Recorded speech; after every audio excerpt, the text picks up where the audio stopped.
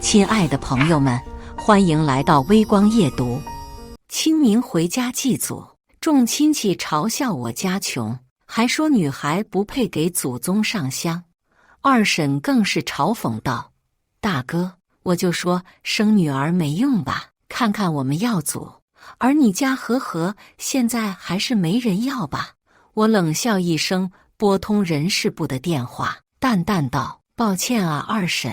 现在你家耀祖不是了，他失业了。”接下来开始我们本期故事，记得点击订阅并开启小铃铛。今年是姥姥去世第1年，我特地推掉清明所有工作，赶回家祭拜。谁知刚进村，二婶便阴阳怪气地嘲讽道：“哟，咱们和咋也回来了？可惜啊，这老祖宗的规矩。女娃娃没资格上坟烧香。”我懒得跟她掰扯，回家放下行李，就陪着我爸妈去了姥姥的坟头。按照惯例，祭拜完神明和祖先后，二叔说他在市里最高级的餐厅订了包间，邀请家族所有亲戚过去聚餐。轮到我爸时，二叔趾高气昂：“大哥啊，这家餐厅可是我预约了1个月才预约到的，你没见过这么豪华的餐厅吧？正好今天带你们一家见见世面。”我奶奶生了4个孩子，我爸排老大，下面有2个弟弟和1个妹妹。二叔开超市赚了不少钱，一直以有钱人自居，所以看不上因为脚受伤被迫下岗的我爸。我爸受伤那几年，家里一直靠我妈撑着。我爸因为瘸了1条腿，一直被人看不起，变得深居简出，不太自信。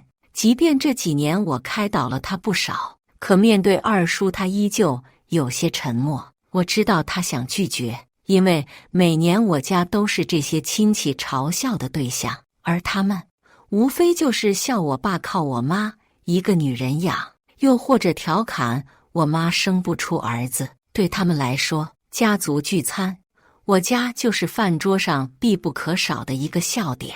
今年也一样，我笑了笑，替我爸答应了下来。想看我家笑话，那你们可就要失望了。晚上6点，我带着我爸我妈准时出现在包间，二叔他们基本都到了。看到我们一家出现，二叔坐在原位，装模作样拍了下脑袋：“哎呦，瞧我这记性，居然把你们给忘了。小智，你去叫服务员多加3张椅子，可以容纳20多人的包间，椅子却不足20张。”不用想，肯定是我的好二叔叫人搬出去了。服务员很快拿来椅子，我从容地拉着我爸妈坐下。三叔翘着2郎腿：“你们怎么来的这么迟？不会是坐公交车来的吧？约好时间6点，我们并没有迟到。大伯，公交车门槛高，你可小心点，别摔喽。”说话的是三叔的儿子沈通。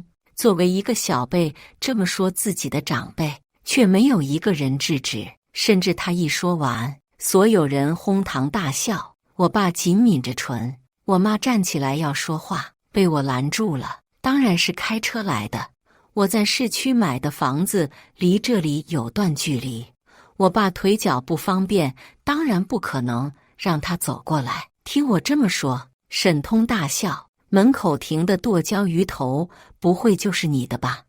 姐，不是我说你，大伯腿不好，你好歹贷款买辆宽敞点的车啊！你这剁椒鱼头，让大伯的脚往哪放？我爸的脚定了钢板，身不直。他这么一说，所有亲戚都笑了起来，没有一个人来教育沈通。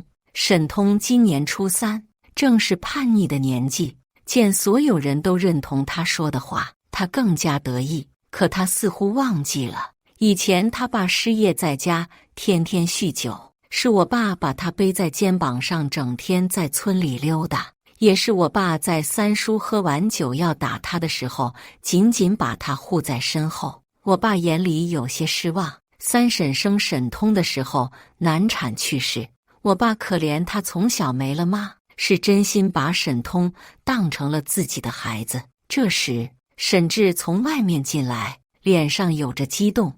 爸，我刚刚看到外面停了一辆宾利耶。沈通没有见过宾利，当即把头伸出窗户去看。我去，还真是！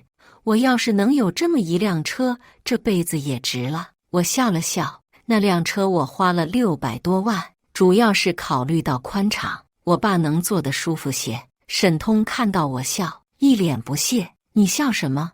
你不会想说那辆宾利是你的吧？”沈志听到，噗一声笑了出来。他一个刚毕业几年的穷大学生，电动车都不一定买得起。他转过头问二叔：“爸，大哥怎么还没来？你说这辆车不会就是大哥的吧？”二叔趾高气昂：“那是你大哥耀祖现在一年年薪10几万，买辆车有什么好奇怪的？”他这话一出，仿佛默认了门口那辆豪车就是他家的。在场的亲戚都去恭维他，二叔更加得意。这时他儿子沈耀祖也到了，一起到的还有他的女朋友。看到他身边的女人，我挑了下眉，真是冤家路窄。沈耀祖的女朋友不就是我那拜高踩低，以前没事儿就讽刺我的室友吗？老爸，老远就听到你们在说笑了。你们在说什么呢？沈耀祖一坐下，便拿出一副沈家长孙的气派来。二叔看向我们一家，跟你大伯他们讨论门口的豪车呢。你前段时间不是说你买了车吗？门口那辆豪车是你的吧？二叔拍了拍沈耀祖的肩膀。沈耀祖看了一眼门口的宾利，尴尬地笑了笑。他自然是要笑的，毕竟那车他就算不吃不喝10年也买不起。不过他为了自己的面子，还是硬着头皮点了点。也没有，一辆代步的车而已。所有人都认为他是谦虚，也同时默认那辆车就是沈耀祖的。哎呦，我们耀祖怎么这么谦虚？要我说，还是要男娃靠谱。看看我们耀祖如今是上市公司经理，多气派！我听说那家公司市值可是好几十亿呢，耀祖前途无量啊！所有亲戚都在夸沈耀祖。他享受完亲戚们的吹捧后，才拉着我的前大学士妈室友唐田坐了下来，然后好像这才发现我一样，惊喜道：“哎呦，和妹妹，你什么时候来的？坐在角落我都差点没发现你。”唐田的视线跟着沈耀祖一起看过来，我朝他轻蔑一笑，他吃了一惊，看来他还不知道我就是沈耀祖的妹妹啊。不过很快他就换上了看不起人的语气：“原来是你啊，沈和，你不会知道我今天要来，专门来求我帮你和我哥说复合的吧？”唐田的哥哥是我大学时交的男朋友，大2那年是他追的我。当时我并不想谈恋爱，是他一直穷追不舍。当时的他年轻帅气，成绩也好，我觉得可以试试，就答应了。交往第1天，他就想和我发生关系，我拒绝了。从那以后，他就对我不冷不热。我一心扑在学习上，没有发觉到这些。直到后来，他知道我家情况后，直接劈腿了。这些唐田都不告诉我，后来还是我从我朋友那里听到的，不然不知道要被他瞒到什么时候。从那以后，我就和他还有他妹妹断了联系。没想到今天家族聚餐居然遇上了。唐田两手环胸，语气轻蔑：“沈和，原来我哥说的死缠烂打还劈腿的前女友就是你啊？什么死缠烂打？”亲戚们很好奇。他在大学的时候就对我哥穷追不舍，我哥看他可怜，就答应了和他在一起。谁知道在一起第1天，沈和就想拉着我哥去开房。他这话一说出来，所有人都看笑话一样的看向我。二叔更是一副教育的语气：“大哥呢？看你平时斯斯文文的，怎么教出来的女儿这么伤风败俗啊？”二婶更是阴阳怪气：“哎呦，我就说房间里怎么一股子骚味呢？说着还用手在鼻子旁边扇了扇风。唐田说得起劲，不仅如此，见睡不到我哥，他还劈腿呢。沈和和，我哥已经跟你说得很清楚了，他并不喜欢你，你怎么这么不要脸？我说大哥，你家闺女今年也老大不小了，还没找男朋友啊？就这样的，谁敢帮她介绍？别到时候人男方怨我们家族教出来的就是这种货色。不过也是，就你家这个条件，应该也没有哪个人愿意娶你女儿，哪像我儿子。二叔看向沈耀祖，一脸满意。听到所有亲戚都这么说我妈终于还是忍不住了。你们胡说八道什么呢？我知道她生气了。平时二叔嘲笑她和爸爸她能忍，但是只要说到我妈就跟点了炮仗似的，这哪里有你说话的份？奶奶终于开了口。奶奶重男轻女，又因为这些年我爸给她的钱比二叔他们少，就更看不上只生了一个女儿的我妈。我好几次听到她骂我是赔钱货，可是姑姑也是生了2个女儿，她却一口一个宝贝孙女。记得我爸刚出事那年，家里一下没了顶梁柱，经济变得很拮据。过年了，我们都在奶奶家过年。我看着堂姐他们在吃桌上的糖果，嘴馋拿了一个，奶奶看见了，直接冲过来拍我的手，当着所有亲戚的面破口大骂：吃，你个赔钱货就知道吃，这糖是留着客人吃的。我仿佛在所有人面前被奶奶扒光了衣服。等在厨房忙碌的妈妈出来时，我已经哭成了泪人。奶奶还在不停地骂，连带着一起骂我妈。我不明白，明明堂姐他们都可以吃，为什么我就不可以？从那以后，我都不愿意去奶奶家。面对我奶奶，我妈是怨的，但是传统的孝道让她对奶奶说不出什么重口的话。可我不同，我的孝只对我爸妈，面对其他人，我没有道德。奶奶年纪大了，就在家休息，知道你能生，幸好我爷爷不在了，不然您不得给我生个5叔6叔7叔啊！我这话一出，所有人都震惊了，因为没有人能想到，向来逆来顺受的我们家，今天居然敢公开叫板了。我奶奶气得手都哆嗦，指着我只一个劲地说你。我二叔一拍桌子：大哥，你就是这么教你女儿的是吧？怎么可能对长辈这么说话？我爸捏紧了拳头，就在我以为他依旧还是选择沉默的时候，他却看向二叔，语气坚定：我怎么教孩子不劳你费心，你还是看看怎么教自己的孩子吧。我有些惊讶，因为即便这几年我变得很有钱，我爸也从没有对这些亲戚这么硬气过。我妈握住我爸的手，眼里也有欣喜，我知道他是开心。我爸终于选择振作起来了。饭桌上的气氛一时间有些僵硬。二叔强势惯了，哪里被人这么下过面子？关键那人还是他一直看不起的我爸。他当即就冷笑：好啊，大哥，既然你这么硬气，不如这顿饭就你请吧。这间餐厅是最大的餐厅，有钱人基本上应酬都会选择这里，一顿饭下来少则10几万。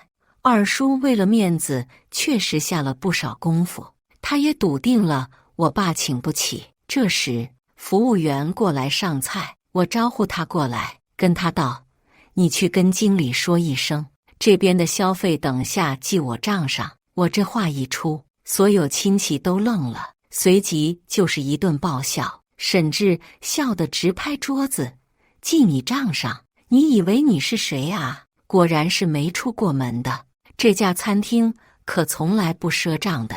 唐田靠在沈耀祖的肩膀上，笑得花枝乱颤，笑死了。沈和和，你没钱就不要打肿脸充胖子了，别到时候害我们出不去这个门，被人笑话。我没理会他们，服务员朝我点点头。好的，沈小姐。说完就离开了。所有亲戚面面相觑，他们没想到服务员居然会答应我。沈耀祖冷笑一声：“沈和和，你可真是厚脸皮，为了面子，居然还找人和你一起演戏。这一顿饭能抵你几年的工资了吧？这样吧，看在你这么可怜的份上，这顿饭我请了。”说完，唐田开心得恨不得粘在沈耀祖身上。哇，宝宝你真大气，儿子这么给力。二叔刚刚丢掉的场子可算是找回来了。我耸耸肩，有人买单，我也没必要做这个冤大头。酒过三巡，所有人都吃得差不多了。这时，奶奶问唐田：“小田找到工作了吗？”唐田看了我一眼，得意道：“奶奶，耀祖在环宇集团当经理呢。他说了，等过完年就把我安排进去上班。”这话一出，饭桌上所有人都在恭喜唐田。环宇集团作为上市公司，能进去的都是人才，多少人挤破脑袋都进不去。可是唐田因为大学考试作弊被劝退，现在只有高中学历，能进去可不就是光宗耀祖了吗？只是我笑了下，沈耀祖居然进了我的公司，还当上了经理。我平时不会去管下面的事，所以并不知道沈耀祖进了我的公司，则当着我的面走后门是吧？见我笑了，唐田脸上得意的表情一顿，紧接着就阴阳怪气道：“沈和和，你不是名牌大学毕业的吗？怎么在哪里上班啊？”“就是，你不是跟我儿媳一个学校出来的吗？我儿子可是当上经理了。儿媳也马上要进入大企业了，你不会还在哪个饭店刷碗吧？”唐田和二叔母的嘴脸如出一辙。我平时比较闲，我喝了口茶，突然觉得这次聚餐挺有趣的。所以说啊，有些人就是天生贱命，考得再好又有什么用？不还是连我儿子都比不上？二叔母又是一阵阴阳怪气。二叔嘲讽我爸：“大哥，看来你女儿读了大学也没什么用啊。沈和和，要不你求求我哥，让他在环宇集团给你安排一个扫地的活。我听说在环宇集团扫地一个月都有4000块呢。”沈志哈哈大笑。沈耀祖被吹捧着，端起一张脸：“沈和和，你要是求我，我还真可以给你一份工作。这不比你在饭店洗碗要强？到底是谁给他们的错觉，以为我只能在饭店洗碗的呢？”我刚要回话，这个时候电话却响了起来，备注是可爱的小保安。沈通刚好站在我旁边，看到备注，噗的一声就笑了出来：“小保安，哈哈哈哈哈哈！沈和和，这不会是你男朋友吧？”他这话一出，所有亲戚都把目光看向了我。我没有理沈通，接起了电话：“顾渊，顾渊是我男朋友，也是这家餐厅的老板。之所以给他备注可爱的小保安，是因为刚认识的时候，他谎称自己只是个保安。他知道我今天会在这里聚餐，打电话过来问问我情况。”挂了电话，我对那些翘首以盼的亲戚道：“我男朋友等下会过来，爸爸妈妈已经见过顾渊了，听到他要过来都很开心，反而是听到我说是男朋友的亲戚发出爆笑：“沈和和，你居然谈男朋友了，还是个小保安！沈和和，你离开我哥之后，怎么越活越回去了？”唐田嘲笑我，好像我离开他哥之后就只能找保安了一样。唐田娇笑连连，他居然还敢过来，哈哈哈！过来跟你们一起出丑的吗？二叔脸上的表情越来越得意：“呵呵，保安也挺好的，跟你挺般配的。”二婶捂着嘴笑：“那可不是很配吗？保安配洗碗妹，哈哈哈！”爸爸妈妈想为我说话，我拦住他们，看向那些丑陋的嘴脸，我道：“如果我的男朋友不是保安呢？”不可能！沈通大叫：“我刚刚都看见备注了，就是小保安。”沈耀祖勾唇：“沈和和，如果你男朋友不是小保安，我当场跟你道歉，而且这顿饭我会买单。”说完，他转头对二叔道：“我跟这家餐厅的老板很熟，到时候说不定还会给我们免单呢。”听到这句，我彻底没忍住笑了。跟老板很熟还免单，他多大的脸啊！你笑什么？沈耀祖拍着桌子：“你如果真的认识老板，我不仅买单，我还付双倍的价钱，怎么样？我还是所有人，而你们全都要向我们道歉。”二叔一副胜券在握的样子：“呵，这有什么不可以的？哥，你真的认识老板啊？”沈志惊喜道：“不外乎他们会这么殷勤惊讶，因为谁都知道这家餐厅的老板可是这市的有钱人，他几乎垄断了市所有的餐饮业。听说还是哪家集团的少爷自己出来创业的呢，这可不得赶紧巴结。”沈志激动地搓手：“他今年20多岁了，还没有找到一份正经的工作，要是能搭上顾渊，前途无量啊！哥，要不你等下帮我引荐引荐。”我看出沈耀祖的笑有些牵强，不过他还是硬着头皮答应了下来：“没问题。”这话一出，亲戚们都七嘴八舌的叫沈耀祖帮忙，所有人都看向门口，等着看我的笑话。5分钟后，包间门被打开，一个西装革履的男人走了进来。我看见唐田眼睛发亮，赶紧低头整理着装。他还是一样，看见帅哥就走不动道。顾渊一眼就看到了我，刚要走过来，却见沈耀祖一脸殷勤站了起来，小跑着就朝顾渊走去。“哎呦，顾总你怎么来了？”他伸出手想要和顾渊握手，顾渊看着没有动。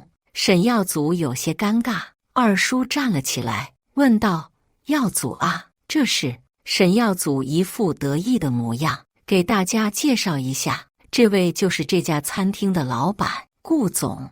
我没有错过唐田眼里的惊喜，而沈志则拼命给沈耀祖使眼色：“顾总，您怎么亲自过来了？我还说过年去拜访您呢。”沈耀祖点头哈腰，哪里有刚刚趾高气昂的样子。顾渊皱眉，我朝他笑了一下，他眼角才柔和下来：“我来找我女朋友。”“女朋友？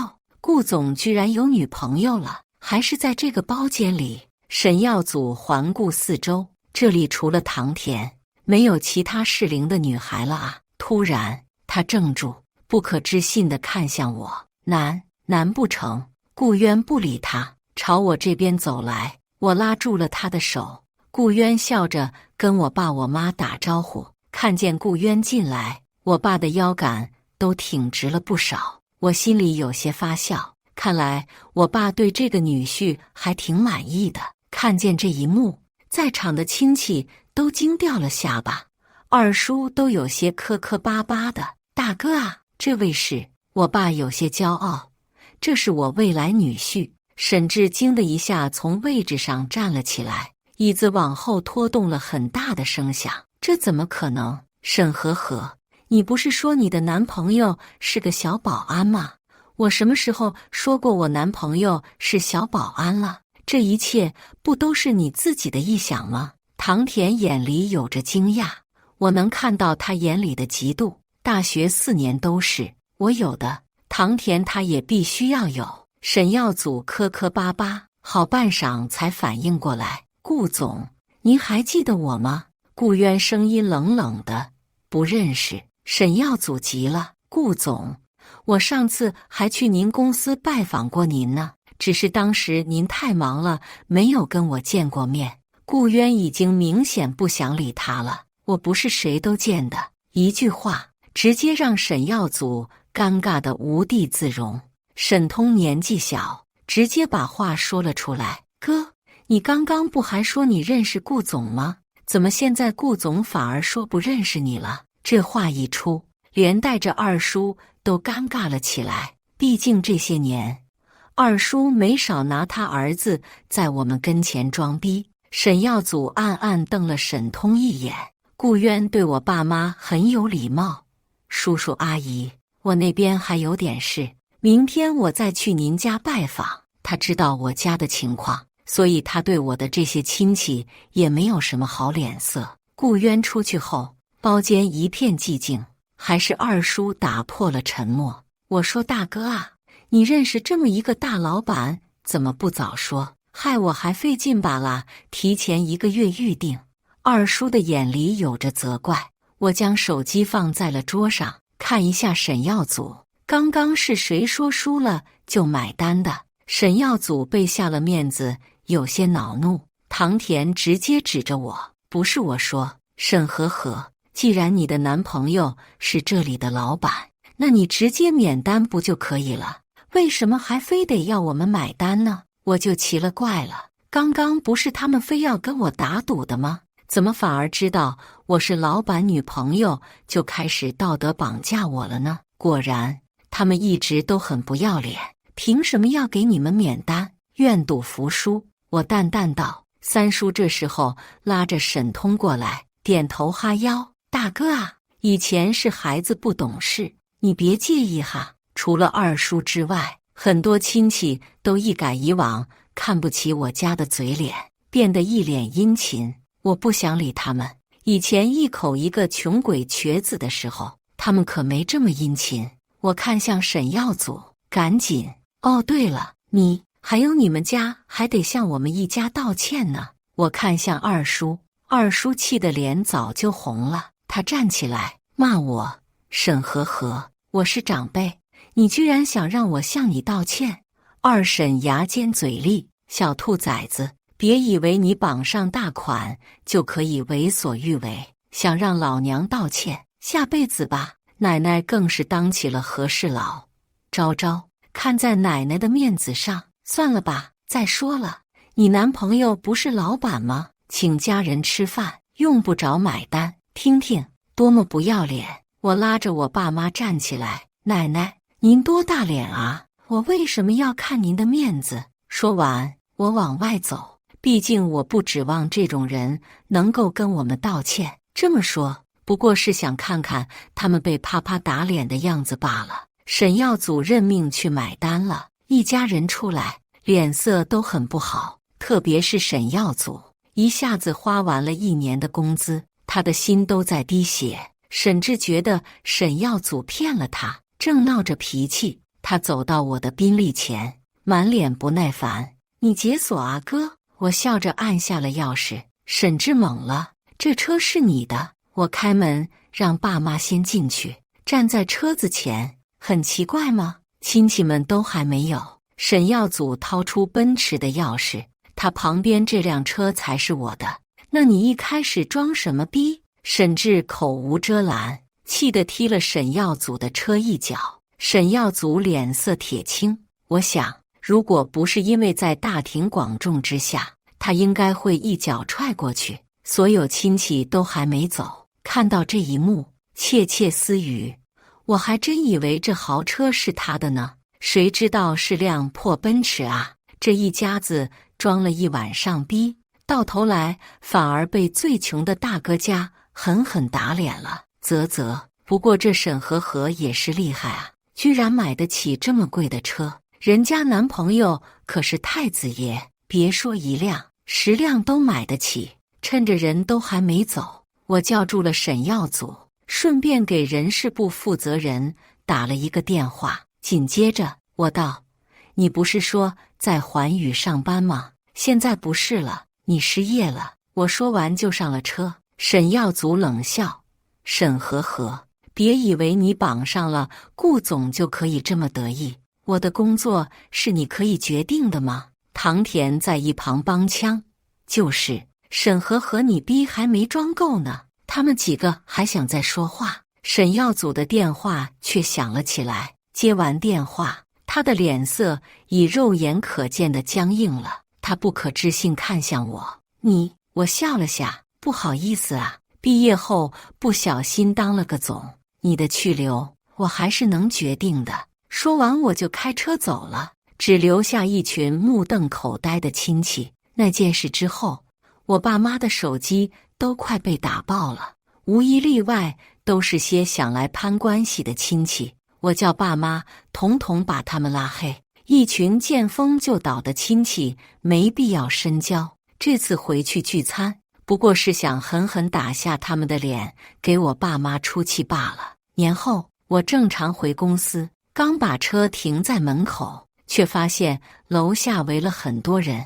也是这时，一个男人拨开人群，朝我冲了过来。人群散开，我看到公司楼下是一条长长的红色横幅：环宇公司无故辞退员工，环宇公司老板劈腿。我挑了挑眉，看向朝我跑过来的沈耀祖。沈耀祖拿着喇叭大喊：大家快看，他就是环宇的老板沈和和。这一嗓门让本来就在围观的人群瞬间对我指指点点。我靠，他就是老板啊，长得还挺好看的，却是个水性杨花的女人。环宇可是个大公司啊，怎么会干出这种事？还劈腿，作风不好。这样的公司居然能发展得这么好，我爸就是在他们公司工作的，年薪待遇挺好的呀，老板看着也挺好的，怎么会这样呢？有人谩骂，也有人发出质疑。我就是他的大学室友，他说的都是事实。沈和和从小就不安分，而且他创办公司的钱都不知哪里来的呢，听说是傍上大款了，不然他家这么穷，哪里来的钱创办公司啊？饶是他特地全副武装站在人群里，还压低了声音，我还是听出了这人就是我那好前室友唐田。好恶心啊，还傍大款。我以前还羡慕他一个女强人这么能干呢，原来是真的能干。这位大哥，中华文化博大精深。